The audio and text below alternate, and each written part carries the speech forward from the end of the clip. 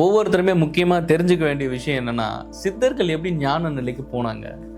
எப்படி ஞானம் கிடைக்குது? எப்படி ஒருவருக்கு ஞானம் உண்டாகுது? இந்த ஞானத்தினுடைய ரகசியம் என்ன? அத பத்தி நம்ம இன்னைக்கு தெளிவா பேசுவோம்.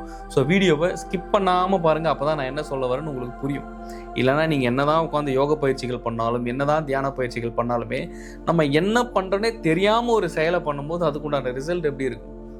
அதை பற்றின ஒரு முழு விழிப்புணர்வான ஒரு பதிவை நான் இன்னைக்கு உங்களுக்கு கொடுக்குறேன்.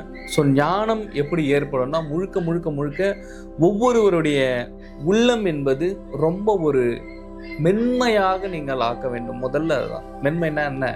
அப்படியே ரொம்ப சாஃப்டாக, அப்படியே பஞ்சை விட சாஃப்டாக ஆகணும். எப்பயுமே உங்களுடைய மனம் ஒரு இறுக்கத்தில் இருந்துக்கிட்டே இருக்கும். அதாவது வினைகளை பொறுத்து வினைகள் எப்படி நகருதோ, வினைகள் எப்படி செயல்படுதோ, அந்த வினைகளுக்கு ஏற்ற மாதிரி ஒவ்வொருத்தருடைய மனம் இந்த பிரபஞ்சத்தில் செயல்படுறதுனால இந்த உலக வாழ்க்கையில் இருக்கக்கூடிய மக்களும் சரி, இந்த உலக விஷயங்களிலும் ஒவ்வொருவரும் ஈடுபடும் பொழுது முழுமையாக இந்த மனம் என்ன ஆகுதுன்னா, ஒரு ஹார்டான ஒரு தன்மைக்கு போயிடுது. அதாவது திடமான ஒரு தன்மைக்கு போயிடுது. அந்த திடமான ஒரு தன்மை, இந்த கல் நெஞ்சக்காரன் இது கல்லு மாதிரி இருக்கான், என்ன இவனுக்கு ஒரு கருணையே இல்லை, என்ன இவனுக்கு ஒரு எப்பவுமே ஒரு இறுக்கமாவே இருக்கான் அப்படின்ற ஒரு தன்மையில உங்களுடைய மனதை வைத்துக்கும் போது நிச்சயமா அங்க ஞானம் அப்படின்றதே ஏற்படாது. ஏன் குழந்தையும் ஞானியும் ஒண்ணுன்றாங்க? நீங்க ஒரு நாளா அதை சிந்திச்சு பார்த்துருக்கீங்களா? ஏன்னா குழந்தை கள்ள கபடம் இல்லாத மனமாக இருக்கும். குழந்தை கிட்ட நீங்க எது போய் கேட்டாலுமே கொடுத்துரும். கொஞ்ச நேரம் இது கொடுக்காது, இது கொடுக்க மாட்டா அப்படின்னு சொல்லும், அது சாப்பிட்ற பொருளா இருந்தா. ஆனா கொஞ்ச நேரம் கழிச்சு நீங்க கேட்டீங்கன்னா அந்த விஷயத்தை உங்களுக்கு கொடுத்துரும். ஏன்னா குழந்தைக்கு நேரடியாக பிரபஞ்சத்தினுடைய தொடர்பும், பிரபஞ்சத்திலிருந்து வரக்கூடிய பல ஃப்ரீக்வன்சிஸ் அப்படின்றது ரிசீவ் பண்ணிக்கிட்டே இருக்கும் குழந்தையோடைய உடல். இப்படி ஒவ்வொரு மனிதனுக்குமே சிவபெருமான் ஒவ்வொரு நொடியும் ஞானத்தை கொடுத்து கொண்டேதான் இருக்கிறார். ஆனால் அதை நீங்கள் பெற்றுக்கொள்ள உங்களுடைய மனம் இலகுவாக இல்லை. எங்க மற்றவங்களை நம்ம கருணையா பார்த்தா தானே, மற்றவங்களை நம்ம உயிர் போல நேசிச்சா தானே, மற்றவங்களுக்கு அன்பை மட்டும் கொடுத்தா தானே, நம்ம அன்பு கொடுக்குற மாதிரி கொடுத்து அவங்ககிட்ட ஒரு விஷயத்தை நம்ம எதிர்பார்க்கும் போது, ஒரு எதிர்பார்தலோட எல்லா விஷயத்தையுமே நம்ம அணுகும் போது இங்க ஞானம் அப்படின்றது கிடைக்காது. ஞானம் என்பது ஒவ்வொருவருக்கும் இறைவனால் நிச்சயம் கிடைக்கக்கூடிய ஒரு விஷயம் தான். ஆனால் ஒவ்வொருவரும் நீங்க அதை பெற்றுக்கொள்ள தயாராக இல்லை. ஏன்னா எந்த மகானாக இருக்கட்டும் அவங்க எப்பயுமே ஒரு அன்பா தான் இருப்பாங்க. எந்த யோகியர்களாக இருக்கட்டும் முதலில் ஒரு அன்பா தான் இருப்பாங்க. நீங்க நினைக்கலாம், ஐயோ நான் ஞானத்தை வச்சுக்கிட்டு என்னையா பண்ண போறேன்? ஞானத்துக்காக தான் ஒன்று என்ன பண்ணுச்சுன்னா கோச்சிக்கிட்டு உலகத்தையே சுத்த ஆரம்பிச்சிருச்சு.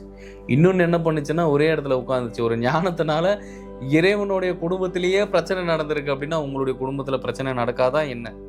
ஏன் ஒவ்வொரு வீட்டுல ஒரு ஞானியாவது இருக்க வேண்டும், ஒருவருக்காவது அந்த ஞானம் இருக்க வேண்டும் அப்படின்றதுன்னா, ஞானம் எந்த இடத்தில் இருக்கிறதோ அந்த இடத்துல ஒரு செழுமை ஏற்படும். ஞானம் எந்த இடத்தில் இருக்கிறதோ அங்க ஒரு தெளிவு ஏற்படும். ஞானம் எங்க இருக்கிறதோ நேரடியாக இறைவனுடைய தொடர்பாக இருக்கட்டும், இறைவன் கொடுக்கக்கூடிய நிறைய விஷயங்கள் ஒவ்வொருத்தருக்கும் தொடர்ந்து வந்துகிட்டே இருக்கும், தொடர்ந்து கிடைச்சிக்கிட்டே இருக்கும்.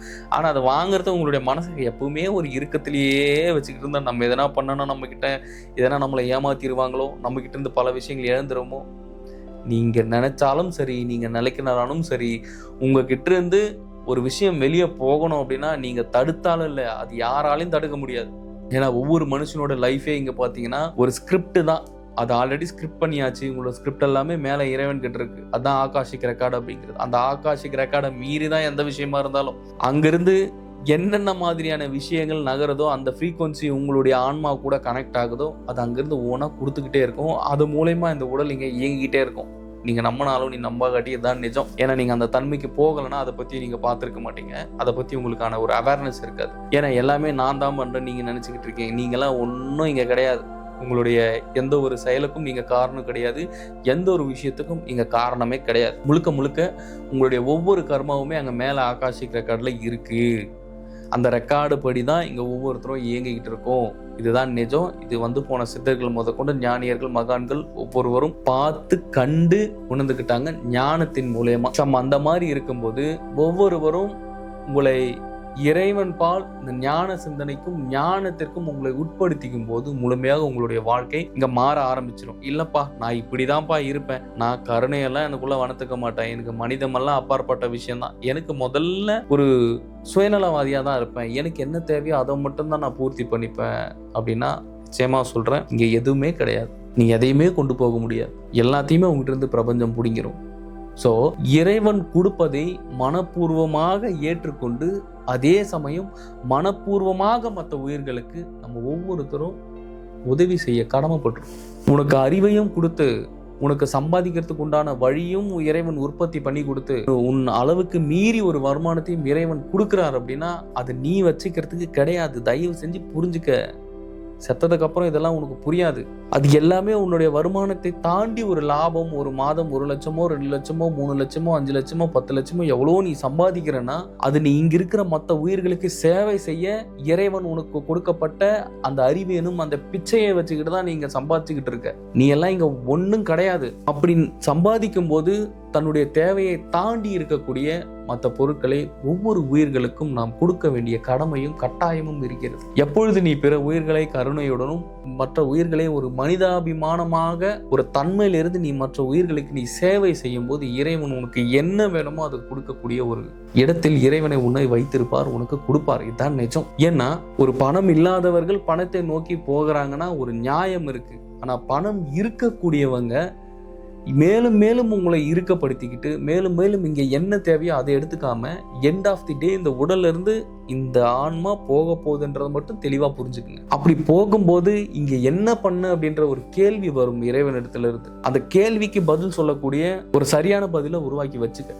அந்த பதில் இறைவன் அக்செப்ட் பண்ணிக்கிட்டாருன்னா, அருட்பெருஞ்சோதி ஆண்டவர் அதை ஏத்துக்கிட்டாருன்னா ஓகே, இது நீ தப்பிச்ச.